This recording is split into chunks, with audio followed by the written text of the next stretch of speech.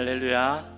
아멘. 수요기도에 나오신 여러분 모두 우리 주 예수 그리스도의 이름으로 환영하고 또 축복합니다.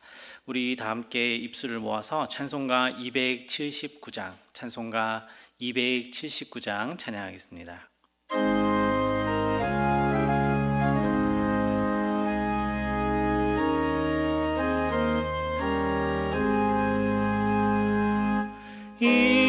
인내하신 구세주여 내가 비오니 죄인오라 하실 때에 날 부르소서. 주여 주여 내가 비오니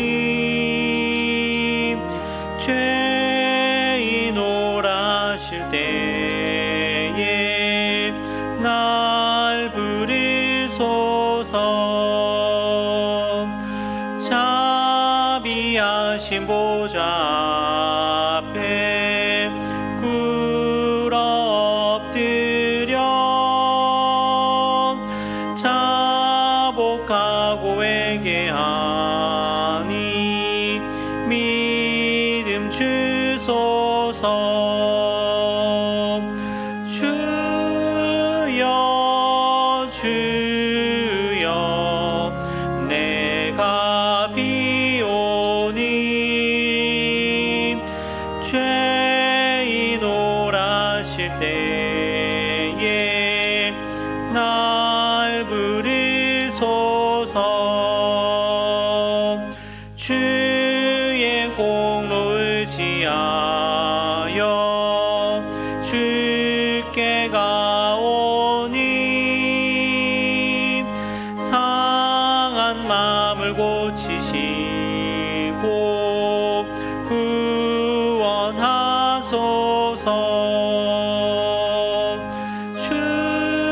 주여 주여 내가 비오니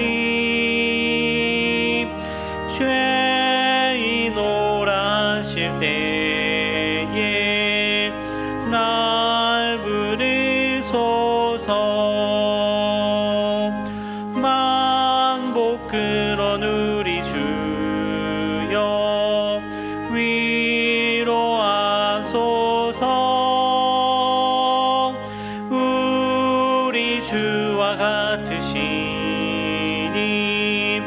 어디 있을까. 주여 주여 내가 비오니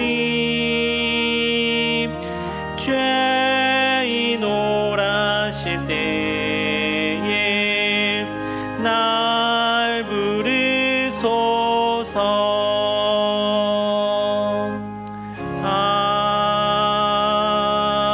아멘. 이 시간 우리를 대표해서 하명석 집사님 나오셔서 기도해 주시겠습니다.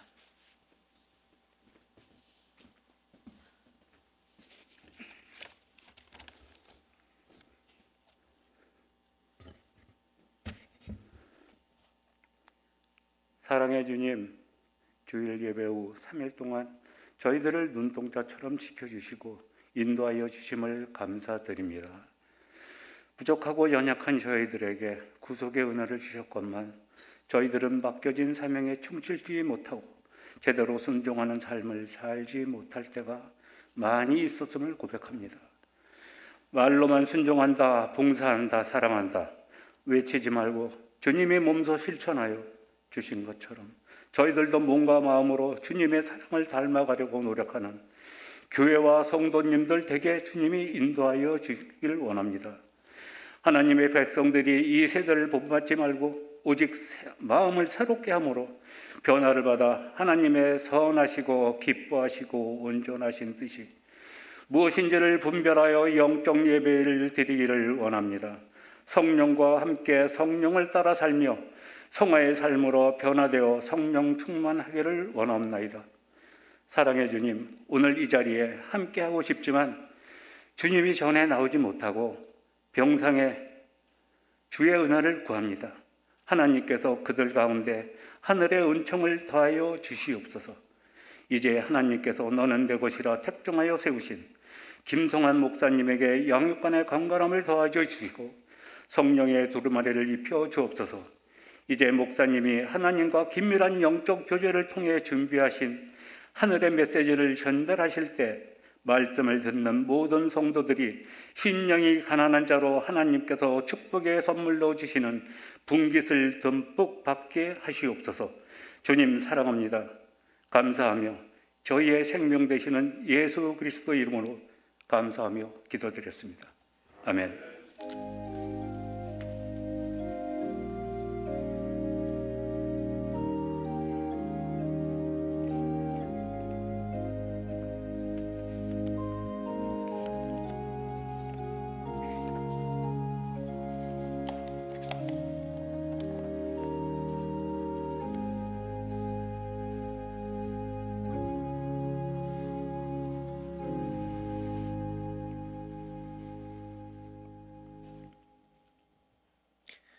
우리 시편 141편 말씀 같이 보겠습니다.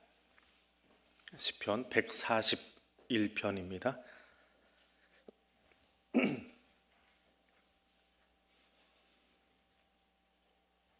(141편) 같이 읽겠습니다. 여호와여, 내가 주를 불렀사오니 속히 내게 오시옵소서. 내가 주께 부르짖을 때에 내 음성에 귀를 기울이소서. 나의 기도가 주의 앞에 분향함같이 되며 나의 손 드는 것이 저녁 제사같이 되게 하소서. 여호와여, 내 입에 파수꾼을 세우시고 내 입술의 문을 지키소서. 내 마음이 악한 일에 기울어 죄악을 행하는 자들과 함께 악을 행하지 말게 하시며 그들의 진수성찬을 먹지 말게 하소서. 의인이 나를 칠지라도 은혜로 여기며 책망할지라도 머리에 기름같이 여겨서 내 머리가 이를 거절하지 아니할지라. 그들의 재난 중에도 내가 항상 기도하리로다. 그들의 재판관들이 바위 곁에 내려 던져졌도다. 내 말이 닮으로 무리가 들으리로다. 사람이 밭가라 흙을 부서뜨림같이 우리의 해골이 수월 입구에 흩어졌도다. 주 여호와여, 내 눈이 주께 향하며 내가 주께 피하오니 내 영혼을 빈궁한 대로 버려두지 마옵소서. 나를 지키사 그들이 나를 잡으려고 놓은 올무와 악을 행하는 자들의 함정에서 벗어나게 하옵소서. 악인은 자기 그물에 걸리게 하시고 나만은 온전히 면하게 하소서. 아멘. 141편을 우리가 같이 읽었는데요. 어떤 느낌으로 읽으셨습니까? 집에서 미리 예습은 안 해오셨을 테니까 지금 같이 합독하는 중에 이거는 이런 분위기로 읽으면 좋겠다라고 하는 게 뭐가 있나요?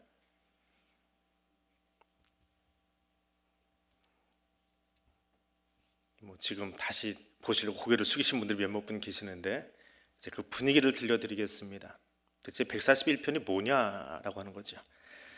자, 우선 시편을 보면서 시편이나 혹은 성경이나 다른 책들도 마찬가지고 이게 언제 쓰여졌느냐라는 질문을 먼저 합니다. 언제 기록되었느냐? 141편에 대해서는 의견이 굉장히 분분합니다. 그럴 수밖에 없는 것이 모든 성경은 원본 자체가 없어요. 다 사본입니다. 다 필사해서 다시 적고 다시 적고. 그 원본도 없는 필사본 가지고 뭘 그렇게 성경이라고 우리가 봐야 되느냐?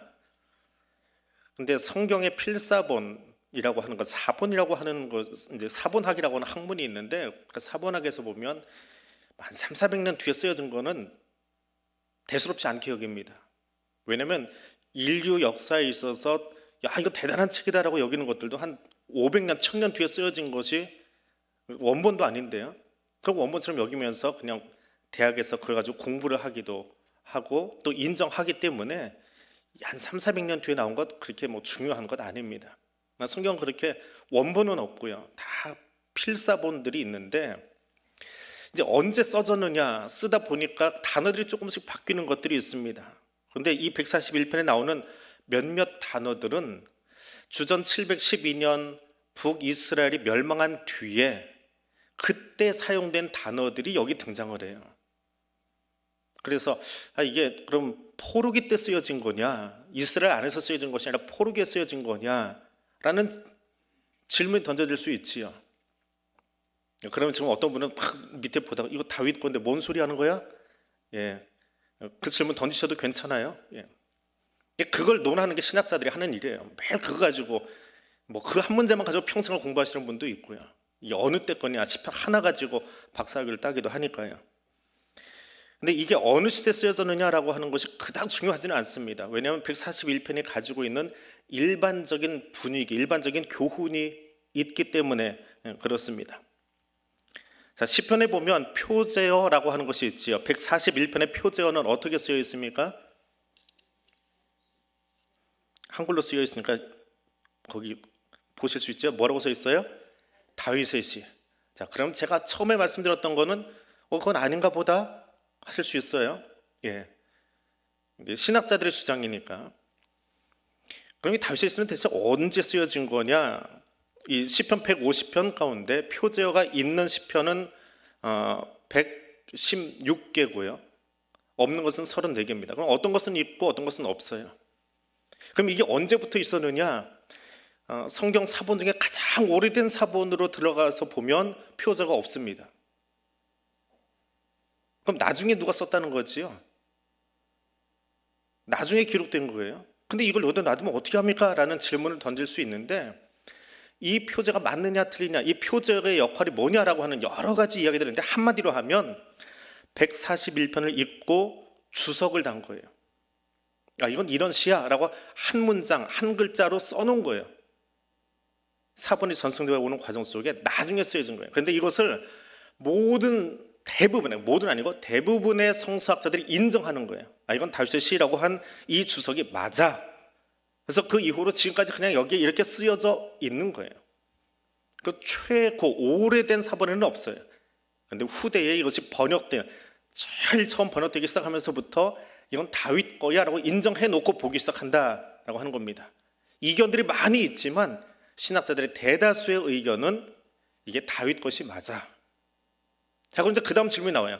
자, 그 최초의 성경을 기록하면서 사본을 기록해 나오는 과정 속에 누군가 이건 다윗 거야라고 인정을 하고 신학자들이 연구하고 이견도 많이 있는데, 다윗 거라고 했으면 다윗 생애 중에 언제 기록한 거냐라고 하는 거죠. 다윗이 1년 2년 살다가 물러난 사람이 아니니까 그걸 가지고 또 공부를 하는 거예요. 그래서 141편에 대한 대체적인 의견이 취합된 것이 무엇이냐면 사무엘상 24장을 배경으로 하는 시편이다. 이게 중론입니다. 그래서 오늘은 숱한 이견들이 있다라고 하는 이야기 정도만 들으시고요. 그거는 옆으로 빼놓고, 그럼 사무엘상 24장이 대체 무슨 내용이길래 그것을 근거로 하면 이 시편을 우리가 어떻게 읽어야 될까라고 하는 것을 들려드릴 거예요. 그리고 그게 신학에 있어 크게 문제가 되지 않아요. 그리고 오히려 더 깊은 기도에 대한 교훈을 우리에게 안겨줍니다. 자, 23장, 사무엘상 23장. 우리는 지금 새벽 시간에 21장을 읽고 있어요. 다음 주나 그 다음 주쯤 돼야 아마 23장을 넘어갈 텐데, 새벽기도 예습한다라고 생각하시면서 들으시면 좋아요. 자, 23장에는 다윗이 600명이나 되는 그 수하를 거느리고 도망 다니기 시작합니다. 사울이 그걸 집요하게 쫓아와요. 어느 정도로 쫓아오느냐? 23장의 분위기는 마치 토끼몰이 하듯이 쫓아옵니다. 그냥 사방으로 포위를 해가지고 앞산에서 몰아대끼고 저산에서 몰아제끼고 하면서 이제 조금만 더, 한 발짝만 더 나가면 이 다윗이 거느리고 있는 600명과 다윗을 완전히 몰살시킬 수 있는 지경까지 몰아붙였어요. 그게 다윗이 살아남아요. 어떻게 해요? 23장 미리 안 읽어오셨을 테니까 제가 이야기해 드릴게요. 블레셋 군대가 갑자기 이스라엘로 쳐들어와요. 누가 블레셋을 움직였을까요? 우리 새벽에 계속 보고 있지만 사무엘서는 하나님의 관점에서 보아야 된다라고 하는 거예요. 다윗을 살려내는데 사울을 밀어내거나 다치게 한 것이 아니라 갑자기 블레셋이 들어와요. 그러니까 왕의 입장에서는 지금 반역자 한 사람 잡는 것보다 나라의 존망에 걸리는 일이잖아요. 지금까지도 블레셋, 팔레스타인은 이스라엘 괴롭히는 민족이거든요. 그러니까 코앞에 있는데 조금만 더 가면 이 다윗 죽일 수 있는데 지금 나라가 위험해요. 그래서 군대를 철수시킵니다. 그래서 다윗이 그 포위망이 해제되니까 야, 이래대가는 안 되겠다. 더 안전한 곳으로 가자라고 찾아간 곳이 어디냐면 엔게디라고 하는 곳입니다. 엔게디, 들염소의 샘이라고 하는 뜻이에요. 엔은 샘이라는 뜻이고 게디는 들염소 혹은 산양이라고 하는데, 카카오톡 보시면서 제 프로필 사진 보신 분들 그 배경으로 나온 거 거기 보면 뭐 한 마리 뛰어다니고 있지요. 예, 그거를 산양이라고 합니다. 그 산양과 들염소를 같은 종류로 봐요. 예, 그 산양이 엔게디 산맥을 따라서 막 뛰는, 산이 아니고 한 곳이 아니고 우리나라 태백산맥처럼 긴 산맥이에요. 사해 서쪽에 있는 산맥인데 거기를 얘들이 뛰어다녀요. 산 꼭대기도 올랐다 바위도 탔다가 뛰어다니다가 자기보다 더 센 짐승이 나타나면 동굴로 숨어버립니다. 근데 동굴이 하나 두 개가 아니에요. 그 양들이, 염소들이 숨는 곳, 그것이 엔게디라고 하는 지역입니다. 넓은 지역이, 아주 넓은 산맥 지역입니다. 제가 사진 찍어놓은 거는 이건 벤구리온이라고 하는 이스라엘 수상의 무덤이 있는 곳에서 찍은 거예요. 평온한 곳이고요. 엔게디는 저희가 이번에 못 갔습니다. 비가 너무 많이 와가지고 도로가 막혀서 엔게디를 못 가고 역쪽으로 쭉 돌아서 들어갔어요. 그래서 엔게디를 나중에 꼭 가보고 싶어요. 30도나 되는 물이 늘 나오기 때문에 좋은 휴양지 가운데 하나라고 합니다. 근데 암몬이나 모압이 수시로 쳐들어올 수 있는 그런 공백 지역이래요. 방어상, 안보상 아주 취약한 지역이 엔게디라고 하는 곳입니다. 자, 23장이 끝나고 24장에 가니까 누가 알려주는 거예요. 다윗이 어디가 있다? 엔게디 산맥 어딘가에 가 있다. 태백산맥 어딘가에 가 있다. 그러니까 사울이 3천의 군사를 이끌고 이거 잡아야 되겠다 하고는 쫓아오는데 동굴이 하나 두 개가 아닌 거예요. 어느 동굴에 숨어 있는지 몰라요. 동굴이 뭐 조그마한 이런 구멍이 아니라 600m에 들어가 숨을 수 있는 그런 거대한 동굴이 여기저기 널려 있어요. 그래서 그거를 다 수색하고 다니는 거예요. 이제 수색하다가 어느 날 사울이 갑자기 뒤가 급해졌어요. 그럼 이 뒷일을 해결하기 위해서 진영 안에서 하면 안 돼요. 우리나라 왕들은 뭐 사극에서 막 나인들이 와서 뭐 매화통 들고 나오잖아요. 그렇지 않아요. 전장터에서 거기다가 뒷일을 퍼놓으면 악취도 나고 전염병에 퍼질 수 있으니까 다 밖에 나가서, 진영 밖으로 나가서 해야 돼요. 이건 우리나라 군대도 똑같아요. 야전 훈련할 때 용병은 진영에서 조금 떨어진 산에다가 보고 들어옵니다. 그래서 사울이 사람을 데리고 가는 거 아니에요. 지금 뒷일 보러 가는 거니까 혼자 가가지고 또 옷도 벗고 해야 되니까 사람들에게 안 보이게 어느 동굴에 들어갔어요. 그래서 용변을 보고 있는데 마침 거기가 그 대목인지 아시지요? 다윗과 수하들이 그 동굴에 숨어 있었던 거예요. 그렇게 찾을 때는 안 보이는데 뒷일 보러 들어갔더니 거기 숨어 있는 거예요. 그러니까 다윗이 어떻게 했습니까? 은밀히 가가지고 겉옷자락을 뺐어요. 겉옷자락. 교회 오셨다가 남자분들 화장실 가서 큰 거 보시면 어떻게 해야 돼요? 이거 벗어놔야 되잖아요. 이거 입고 하기는 불편하잖아요. 더군다나 이스라엘의 겉옷은 원피스예요. 그러니까 이걸 옆에다 좀 벗어놨던 것 같아요. 입고 있는 거 뒤에 가서 건드렸으면 느낌이 있지요. 겉옷은 벗어놓고 속옷 올리고 뭐 일 보고 있었을 때 그걸 베어버린 거예요. 자, 바로 그 상황입니다. 근데 그 상황에서 다윗이 어떤 마음이 드느냐? 갑자기 죄책감이 들기 시작하는 거예요. 겉옷을 베기까지는 했는데 사무엘상 24장 6절에 가니까 다윗이 이렇게 이야기합니다.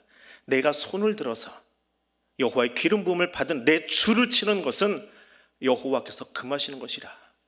그는 사울은 여호와의 기름 부음을 받은 자가 됨이니라. 이거 내가 실수했구나. 눈에 뵈는 게 없었구나. 얼씨구나 내 앞에 오니까 등 돌리고 있으니까 칼 가지고 그 사람을 찌른 것은 아니지만 옷자락 베놓고 지금 다윗이 마음에 굉장히 큰 부담이 온 거예요. 기름 부어 세운 종에 옷자락을 이 칼로 벤 것, 그것 때문에 마음이 너무너무 불편한 거예요. 그 상황에서 지어진 시가 141편이에요. 그러니까 어떤 마음으로 읽어야 될까요? 여러분, 어떤 기도를 하는 사람이 영성이 깊은 사람입니까? 나는 언제 깊은 기도를 하고 있습니까? 사람들이 악을 행하는데도 여전히 득세하고 있는 모습을 바라보면 여러분 어떤 마음이 드십니까? 7번씩 70번 용서하라고 하시는데 악을 행하는 자들이 아무 이유 없이 나를 끊임없이 괴롭히고 죽이려고 쫓아다니고 있어요. 내게 있지도 않은 이야기로 말을 만들어대고 있어요. 그때 여러분은 어떻게 대하실 겁니까? 그럼 다윗이 저런 마음으로 사울을 대하고 있었어요. 어떤 분이 기도에 관해서 이야기하다가 이런 한 문장을 이야기한 것을 보았습니다. 성도가 식사기도만 잘해도 영성이 깊어진다.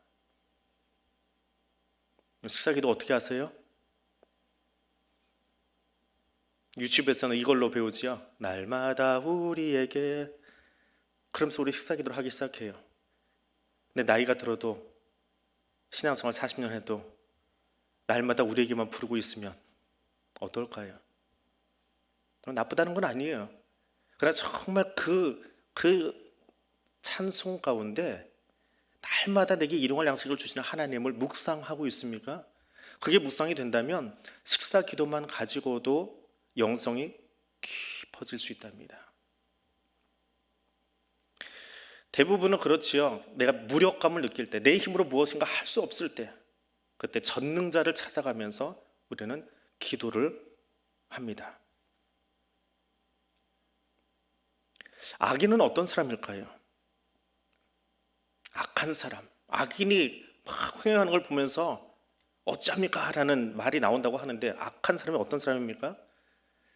머리에 뿔 나고 여기에 뭐 이렇게 하나 좀 그거 놓고 영화에 나오는 것처럼 칼빵 있고 뭐 그게 악인이라고 한다면 구분하기 쉽지요. 2000년이지요. 김대중 대통령이 평양 순안공항에 가서 김정일을 만났던 사건이, 그때 대한민국의 초등학생들이 다 놀랬던, 뭐 저도 그건 참 굉장히 놀랬던 그런 경험이 있습니다. 북한 사람들이 빨간 얼굴이 아니네? 뿔이 안 달렸네? 우리 반공교육 받으면서 매일 때려잡사 공산당 할 때마다 빨간 얼굴에다 뿔 달아놓고 있는데 너무 평범한 얼굴의 사람. 우리가 아주 놀랄 때가 언제냐면 정말 평범한 얼굴이었는데 그가 사이코패스다, 살인자였다, 그 사람 우리 집 옆에 있었다, 그냥 갑자기 섬찟해지잖아요. 악인은 뭔가 이상한 모습을 하고 있는 것이 아니라 평범함 속에 하나님 형상도 다 가지고 있는데 그것이 온전치 않고 완전히 일그러져 버려서 그가 악인이 되어진 거거든요. 다윗이 동굴 속에서 악인이라고 생각했던 사람이 누굽니까? 지금 내 앞에서 등 돌리고 용변 보고 있는 저 사람. 대체 내가 뭘 얼마나 잘못했길래 삼천의 군사까지 끌고 와서 여기까지 와서 나를 잡아 죽이려고 그 일을 하고 있나? 이유 없이 나를 죽이려고 하는, 군대를 동원하고 있는 그 사울 생각하니까 화가 나요. 근데 얼마나 좋은 교회에 등 돌리고 저기 앉아 있어요. 그래서 그 칼을 들고 가서 그 옷장을 베었습니다. 근데 베고 나서 보니까 뭐예요? 그가 기름 부은 자라는 거예요. 하나님이 세운 자라는 거예요. 옷자락을 베고 나서 칼을 들고 옷자락을, 그 찢어지는 옷자락을 들고 나서 가만히 생각하니까 내가 23장에서요 사울이 블레셋 퇴치하러 떠나기 전에 그 포위망에 좁혀올 때 하나님이 어떻게 하셨어요? 팔레스타인의 역사를 움직이셔가지고 막 흔들어 움직여서 블레셋을 움직이게 하셨잖아요. 민족이 움직이게 해가지고 사울이 그거 처리하고 그쪽으로 빠지게 했잖아요. 그런 하나님이 있는데 내 손으로 뭘 해보겠다고 좀 칼자락 하나 들고 가가지고 그 옷에다가 손을 댔어요. 하나님이 하신 사건이, 그 놀라운 사건, 블레셋을 움직이시는 사건이 23장에 있는데 24장에서는 사울 앞에다 들여놓고 하나님 보시는 거예요. 지금 다윗 너 어떻게 하나? 23장을 기억하나? 블레셋을 움직였던 내 역사를 기억하나? 하나님 마치 테스트하는 것처럼 그 현장에서 다윗이 느낀 것, 또 빵점이다, 또 F학점이다. 그런 마음으로 141편을 기록하기 시작하는 거예요. 어떤 마음 때문에 칼을 들었을까요? 하나님, 용서하라 하시는데 저는 도저히 그 인간 용서 못하겠어요. 하나님, 부활을 믿어요. 부활 믿는데 내 가족 보내고 나니까 장례 앞에서 나 어쩔 수가 없어요. 너무 힘이 들어요. 힘들 때 그 힘든 감정에 깊이 파묻혀 버리면 더 강화되어 버립니다. 그런데 그 힘들 때 그것을 하나님 앞에 탄원처럼 올려놓으면 가벼워져요. 가스레인지 위에 국수수를 올려놓고 불을 켰습니다. 막 끓어오를 때 어떻게 하면 돼요? 뚜껑 한번 딱 열어서 그 안에 있던 압력과 열기를 한번 쑥 빼주면 부르르 끓어오르던 그 물이 잠잠해져요. 마찬가지예요. 우리 안에 끓어오르고 있던 그 분노의 감정들, 억울한 감정들, 절대되지 않는 감정들을 어디로? 하나님께로 쏟아놓고 나면 언제 그러는지 잠잠해져요. 이것이 탄원시예요. 억울함만 토로하는 것이 아니라 하나님을 만나기 위해서 하는 그 기도예요. 사울이 굴을 나간 뒤에 다윗은 자신이 한 일을 사울에게 이야기합니다. 내 주여, 내가 벌써 이렇게 했습니다.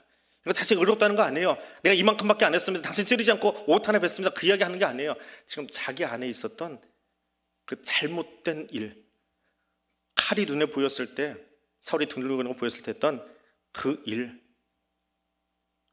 바로 그 사이에 사울에게 이야기하기 전, 옷자락을 베고 나서 사울에게 이야기하기 전 그 사이에 이 시편을 하나님 앞에 올려드리고 있습니다. 어떤 마음일까요? 여호와여, 내가 주를 불렀습니다. 주께 지금 부르짖고 있습니다. 예전에도 기도하고 있었습니다. 그리고 지금도 기도하고 있습니다. 그런데 손에 칼자루가 하나 보이고 사울이 내 앞에 등 돌리고 있는 거 보일 때 나는 기도하지 않았습니다. 내 칼이 먼저 보였습니다. 그래서 내 방법을 썼습니다. 항상 기도하라 했는데 그가 등 돌리고 앉아있을 때, 나를 힘들게 하는 그 사람이 내게 등 돌리고 있을 때 얼씨구나 칼이 먼저 움직였습니다. 기도해야 될 입술이 움직인 것이 아니라 나의 분이 앞설 때, 내 생각이 앞설 때 기도해야 됩니다. 항상 기도하는 건 그거예요. 근데 그때 다윗은 기도하지 않았어요. 칼을 잡는 게 우선이었어요. 마을의 격분이 끌어올라서 그때 우리가 해야 될 일, 내가 해야 될 일, 예전에는 기도했었어요. 근데 지금도 기도해야 되는데 하나님 그렇게 못했습니다. 하나님 음성이 들리도록 도움 요청해야 되는데요. 지금 이 순간에 사울이 내 앞에 등 돌리고 있을 때 어떻게 해야 되는지 물어야 되는데 나 그렇게 못했습니다. 나를 압박해오는 그 사람, 나를 박해하는 그 사람에 대한 적개심 때문에 사울의 행동에 옷자락을 하면서 요 정도밖에 안 했어, 나는 의인이야 라고 생각했는데 아니에요. 이것도 의가 아닌 거예요. 해서는 안 되는 행동이었어요. 칼이 눈에 보일 때 나도 이렇게 약해질 수 있구나. 그리고 이것도 의인인 것처럼 행동했구나. 하나님이 기름 부어 세우신 자인데 내가 그걸 망각했구나. 그 안타까움 때문에 부르기 시작한 찬송, 올려드린 기도가 141편입니다. 그래서 2절에서 이렇게 기도합니다. 나의 기도가 주 앞에 분향함같이 되며 나의 손드는 것이 저녁 제사같이 되게 하소서. 분향하는 것처럼 우리는 기도가 향기라고 합니다. 모든 기도가 다 향기로울까요? 왜 하필이면 기도를 분향한다, 연기로 향기가 되어 하나님께 올려드린다라고 구약에서는 이야기하고 있을까요? 구약의 예배는 짐승제사입니다. 동물을 가지고 들어가서 그 동물의 머리 위에 손을 얹고 하나님, 내가 잘못했는데요, 이 잘못을 이제 이 동물의 머리에 전가시킵니다. 이 동물이 죽는 것이 내가 죽는 것 같습니다 하고 손을 떼면 이 동물을 잡아요. 피를 흘리고 내장을 빼고 거죽을 벗기고 번지단 위에 올려서 태워 죽입니다. 그게 한두 번 일어나려 하죠. 한 사람 두 사람의 사건이 아니에요. 전 이스라엘 백성들의 사건입니다. 그러면 그 성막 안은 어떤 냄새가 진동할까요? 요즘에 현대식 시설 속에 도축을 하지만 옛날에 도축하는 곳 혹시 가보신 적 있으신가요? 그 근처만 지나도 짐승 냄새, 짐승의 울음소리, 거기에 피 흘린 냄새, 더군다나 그걸 태워요. 그럼 어떤 냄새가 날까요? 그래서 제사장이 기도하기 전에 마지막으로 하는 일이 뭐냐 하면 거기에 향료를 뿌리는 거예요. 그래서 그 짐승이 타는 냄새를 다 지우기 위해서 너는 이런 향신료를 만들어서 써라. 그리고 그 향신료는 사사롭게 쓰지 말고 오직 예배만, 제사에만 사용해라. 그것이 레위기에 나옵니다. 성막 만드는 일의 한 옆에 구석에 향신료 만드는 이야기도 나와요. 예배용 향신료. 그것은 우리의 그 더러운 죄가 번제단 위에 올라서 태워질 때 얼마나 추한 냄새가 나는지 그것을 다 향료로 덮으라는 거예요. 그리고 나서 그것이 향기가 되어 하나님께 올라가는 거예요. 다윗이 지금 그 마음으로 2절을 노래하고 있는 겁니다. 내 기도가 주 앞에 분향함 있게 하십시오. 내 마음에는 지금 적개심이 있었습니다. 내 마음에는 미움이 있었습니다. 내 마음에는 못마땅함이 있었습니다. 근데 하나님 그 입술로 지금 노래할 수 없습니다. 그 입술로 하나님께 찬송할 수 없습니다.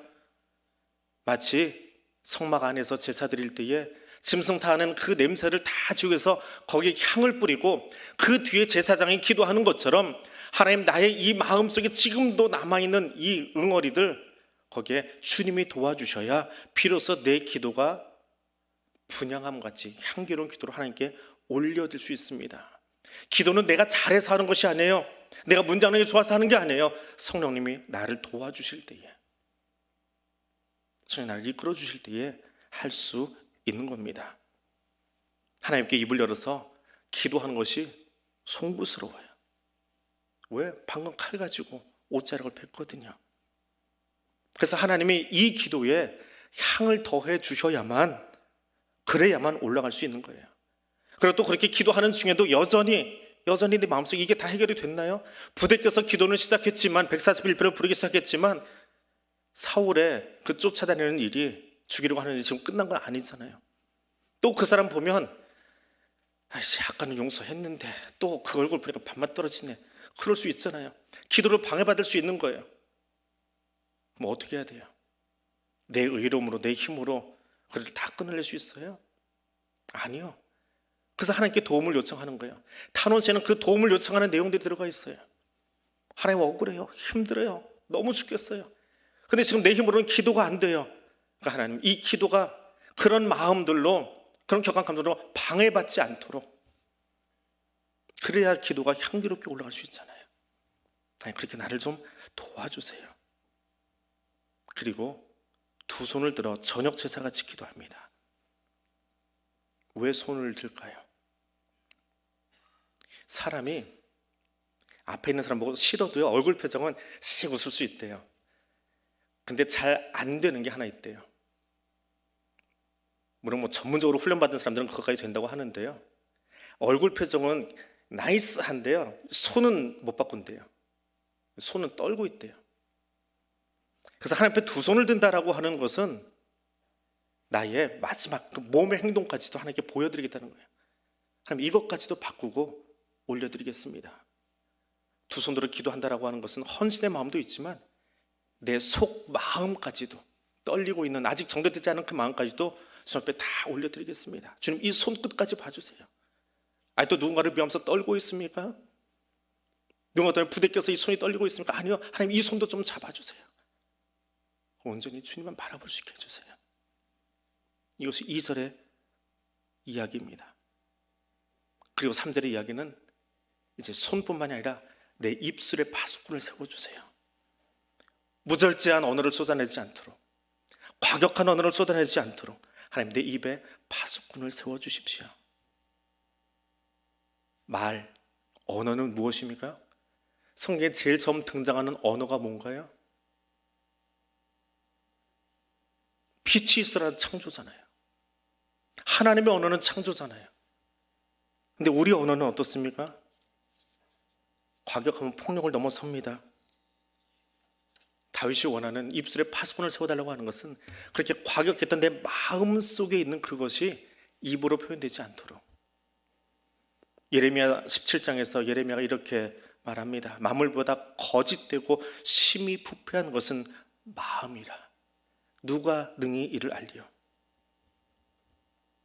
잠언 기자는 우리 마음에 대해서 이렇게 말합니다. 말이 많으면 허물을 면하기 어려우나 그 입술을 제어하는 자는 지혜가 있느니라. 시편 기자는 이런 말씀들을 마음에 담고 있었나 봅니다. 시편 106편에서 세상에서 가장 온유하다라고 말한 그 모세조차도 그 입술을 망령되게 행했다라고 말합니다. 말하는 것이 얼마나 힘들어요? 창조주를 본받아서, 하나님을 본받아서 하나님의 자녀에게 하나님이 그 언어로 창조하신 것처럼 내 입이 창조의 언어로 쏟아져 나와야 되는데 지금 다윗은 그렇지 않았잖아요. 그런데도 하나님께 기도를 하려고 지금 입술을 열고 있잖아요. 그러니까 내 힘으로 이게 돼요? 안 되니까 뭐라고 하는 거예요? 내 입술의 문을 지켜주소서. 하나님, 내 입술의 문을 지켜주소서. 돌적이라고 하나요? 문을 열고 닫을 때 옆에 경첩이라고 하는, 저게 녹이 슬고 못이 빠지기 시작하면요, 문을 열 때 소리가 나요. 끄덕하고 소리가 나요. 뭐 때문에 소리 나는 거예요? 그거 자기 자신 때문에 소리 나는 거거든요. 기쁨과 희락이 없으면 불평과 투덜거림이 나옵니다. 근데 자기 실수는 보지 않고, 아니 벗겨 넘어질까 봐 거기다 손대는데 그거 가지고 하나님 노여워하시고 화내시면 어떻게 합니까? 누가요? 다윗이 옛날에 그랬어요. 다윗이 자기 자신 알아요. 자기 마음속에 있는 거를 거침없이 막 쏟아내고 있는 자신의 성격을 알아요. 성질을 알아요. 그래서 지금 사울의 옷장을 벤 다음에 기도하는 거예요. 내 입술에 파수꾼 세워주십시오. 그리고 4절에 가서 이렇게 노래합니다. 내 마음이 악한 일에 기울어 죄악을 행하는 자와 함께 악을 행치 말게 하시며 저희 진수성찬을 먹지 말게 하십시오. 진수성찬이 차려져 있는 거 보면 침이 넘어가지요. 유혹이 돼요. 악인들 앞에다 뭔가 차려놓고 나를 끌어당기려고 할 때 저절로 침이 넘어가요. 악을 향해서 나아가는 것, 악으로 가고자 하는 그 경향성, 그것을 다윗은 진수성찬이라고 하는 단어로 표현을 합니다. 악한 자들이 끊임없이 나를 유혹해요. 이 정도는 괜찮아, 칼로 찌르지 않았잖아, 옷자락 하나 벤 거 가지고 진짜 너무 심하게 하네, 그렇게 말할 사람들도 있을 거예요. 근데 다윗은 그런 마음까지도 하나님께서 다 이게 정리되지 않으면 바로 설 수 없을 것 같은 거예요. 그래서 어떻게 기도해요? 진수성찬이래야 한 끼 식사밖에 안 돼요. 근데 사람들은 그거 먹자고 그렇게 열망해요. 근데 나 그 유혹으로부터 좀 지켜주세요. 그 악인들이 차려놓은 진수성찬 그거 먹고 싶어서 침 삼키는 그 유혹으로부터 나를 좀 막아주세요. 인류 역사 속에 뇌물 스캔들이 어제 오늘의 일인가요? 고대에도 있었고요. 지금도 진행되고 있어요. 왜요? 그 떡고물이 그게 얼마나 좋았어요. 얼마나 맛있었어요. 그 진수성찬 같아 보이는데 그 잘못 먹고 탈라도 이만저만 탈라는 거 아니잖아요. 역사가 계속 보여주는데 왜 사람들은 계속 그 뇌물에 그렇게 눈이 멀었나요? 다윗이 왜 진수성찬 먹지 말게 해달라고 기도하고 있을 거예요. 별것 아닌 것 같아요. 옷자락 하나 뺀 거, 그 정도밖에 안 했어. 찌른 것도 아니야. 그리고 나 당신 앞에 있었는데 요만큼만 했어. 이걸 의로 보면 안 된다는 거예요. 다윗은 그것 때문에 지금 힘들어하고 있어요. 이것도 해서는 안 되는 일이었어요. 왜? 23장을 보고 나니까 24장에서 이 일은 하나님을 의지하지 못했던 내가 선택한 일이에요. 블레셋을 움직이시는 하나님이셨다면 이 상황에서도 하나님이 일하셨을 거예요. 근데 나는 그거 못 기다렸어요. 진수성찬이 앞에 놓였어. 이야, 사울이 등 돌리고 있네.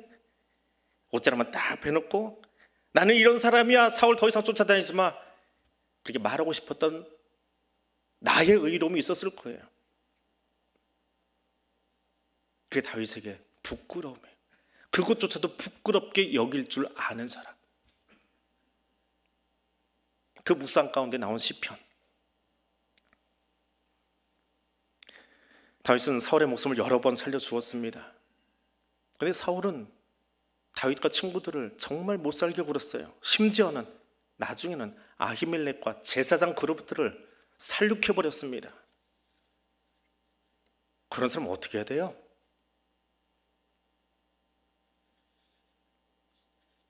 선대해주고 있는데 그를 행하는 그런 왕, 그런 지도자 어떻게 해야 됩니까? 그런 사람 처벌하는 것 그 정도는 괜찮지 않겠어요? 근데 다윗은 그게 아니라는 거예요. 여호와여, 내 눈을 주께 향하기 원합니다. 눈이 고정되면 마음도 그걸 따라가게 돼 있어요. 근데 눈이 하나님께 고정이 안 되고 어디로 가 있었어요? 칼자루에 갔어요. 벗어놓은 옷에 갔어요. 야, 이 방법만 쓱 한번 그거 가지고 마음에 부대끼기 시작하는 거예요. 블레셋까지 움직여서 나의 포위망을 풀어주신 하나님, 23장의 하나님을 또 잊어버렸어요. 우리의 지나간 시간 동안 하나님이 저와 여러분에게 베푸셨던 은혜가 얼마나 많습니까? 여러분의 개인의 역사 속에, 삶 속에 하나님 베푸신 은혜가 얼마나 많습니까? 근데 그 은혜를 잊어버리면 뭐가 보여요? 눈앞에는 칼자루가 보여요. 내 손으로 할 수 있는 가벼운 뭔가가 보여요. 그리고 옷자락 하나 펜 나의 의가 드러나기 시작합니다. 그래서 다윗이 노래합니다. 내 눈 주님만 바라보기 원합니다. 주님, 내 영혼 버리지 마십시오. 다윗이 범죄할 때마다 다윗의 가장 깊은 그 회개 기도 51편에 가면 그러잖아요. 다윗이 정말 놓치지 않고 그게 너무 힘든 거예요. 밧세바 범한 다음에 다른 어떤 것보다 주여 주의 성신을 내게서 거두지 마옵소서. 성령이 떠나가고 나서 저지른 짓이에요. 하나님의 영이 떠나가고 나면 인생이 어떻게 되는지 봤거든요. 사울을 통해서 봤거든요. 하나님의 영이 떠나가면 어떤 인생을 살아가게 되는지, 어떤 막장 인생이 되는지, 어떤 광기로 사는지 보았거든요. 그래서 다윗은 범죄할 때마다 이걸 놓칠 수 없어요. 하나님 주의 성신을 내게서 거두지 마십시오 라고 기도합니다. 오늘도 또 기도해요. 주의 성령으로 나와 함께 해주십시오. 악인은 그물에 걸리게 돼 있습니다. 마지막 날 하나님이 그는 반드시 심판하실 거예요. 하나님 저 악한 인간들 심판해 주세요. 내가 기도하지 않아도 하나님 하실 거예요. 중요한 건 나예요. 그걸 바라보면서 흔들리고 있는 나예요. 그걸 바라보면서 칼자루 들고 있는 나예요. 하나님을 의지하지 않고 내 손을 의지하고 이 칼 한 자루 가지고 요만큼만 하는 건 다른 사람보다 그래도 괜찮은 거야 라고 하면서 그걸 해놓고 부대끼던 다윗이 이야기합니다. 내 눈 주께 고정되기를 원합니다. 그 마음은 그걸 따라갈 거예요. 그 마음에 하나님께로 집중하면 주님은 어떻게 하실까요?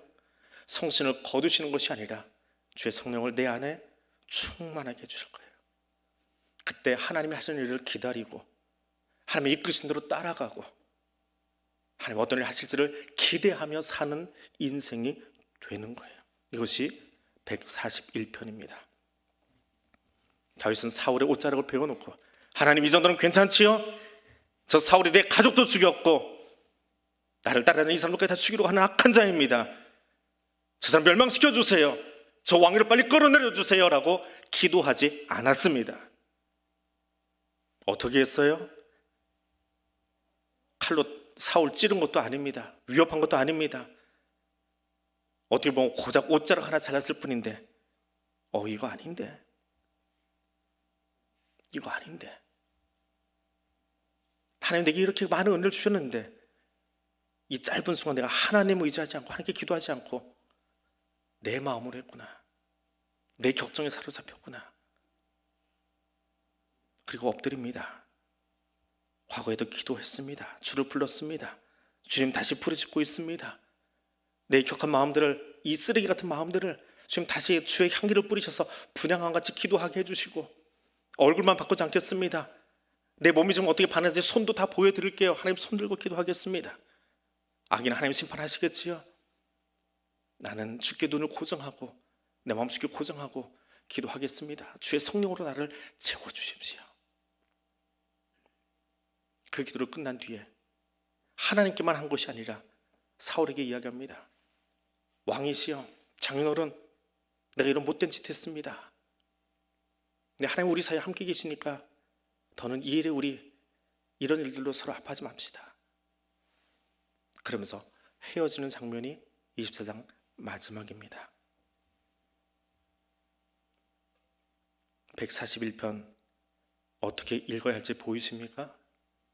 그리고 그 시편을 통해서 이게 언제 쓰여졌는지가 중요한 것이 아니라 우리의 기도가 어떻게 준비되고 어떤 마음으로 하나님께 그 기도가 올려져야 될지, 그 기도의 내용이, 오늘 우리 기도의 자세가 보이십니까?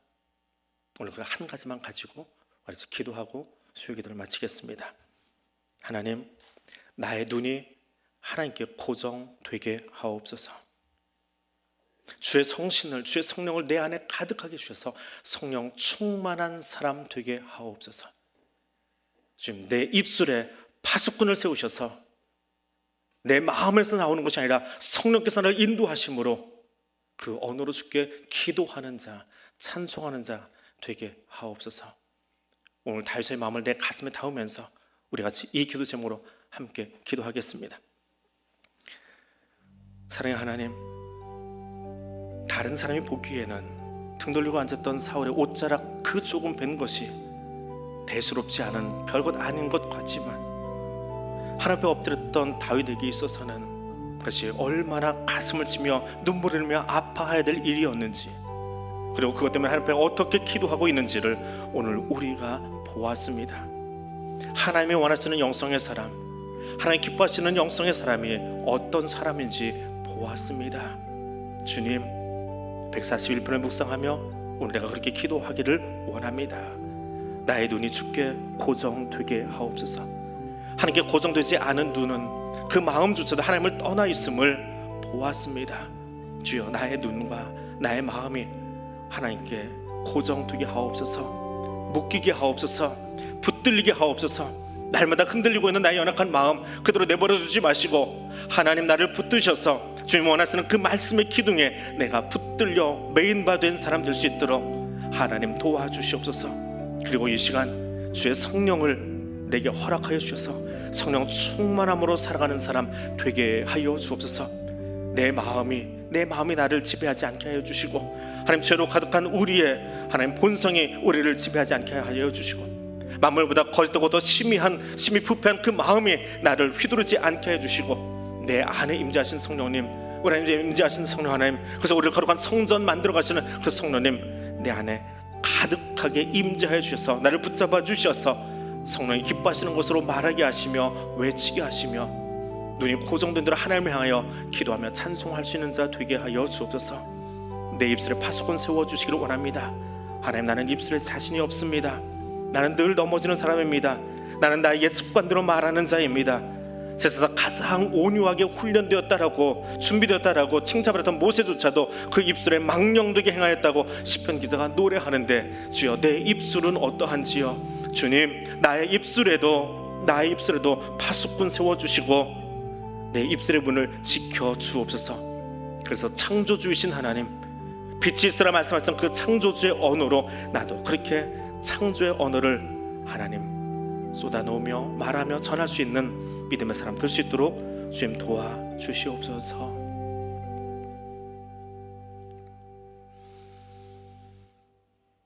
거룩하신 하나님, 사울의 옷자락을 벤 후에 눈물로 기도하고 있는 다윗의 모습을 보았습니다. 왜 이 기도가 필요했는지, 어떤 마음으로 탄식하며 탄원하며 주님께 기도하고 있었는지 보았습니다. 오늘 나는 그 자리에서 어떤 기도를 올릴 수 있는지요? 주의 나의 눈이 주께 고정되기를 원합니다. 그리고 내 마음이 주께 붙들려 메인바 되기를 원합니다. 내 마음이 아니라 성령 충만한 사람 될 수 있기를 원합니다. 만물보다 거짓되고 부패한 마음이 아니라 성령 충만한 것으로 말하게 하시며 기도하게 하옵소서. 온유한 모세조차도 되지 못하는데 내 입술을 자랑하지 않게 하시고 나를 지켜주시는 성령께 붙들려 기도하며 찬송할 수 있는 그 믿음의 자리에 설 수 있도록 성령님 우리를 도와주시옵소서. 예수님 이름으로 기도드립니다. 아멘. 하늘에 계신 우리 아버지, 아버지의 이름을 거룩하게 하시며 아버지의 나라가 오게 하시며 아버지의 뜻이 하늘에서와 같이 땅에서도 이루어지게 하소서. 오늘 우리에게 일용할 양식을 주시고 우리가 우리에게 잘못한 사람을 용서하여 준 것 같이 우리의 죄를 용서하여 주시고 우리를 시험에 빠지지 않게 하시고 악에서 구하소서. 나라와 권능과 영광이 영원히 아버지의 것입니다. 아멘.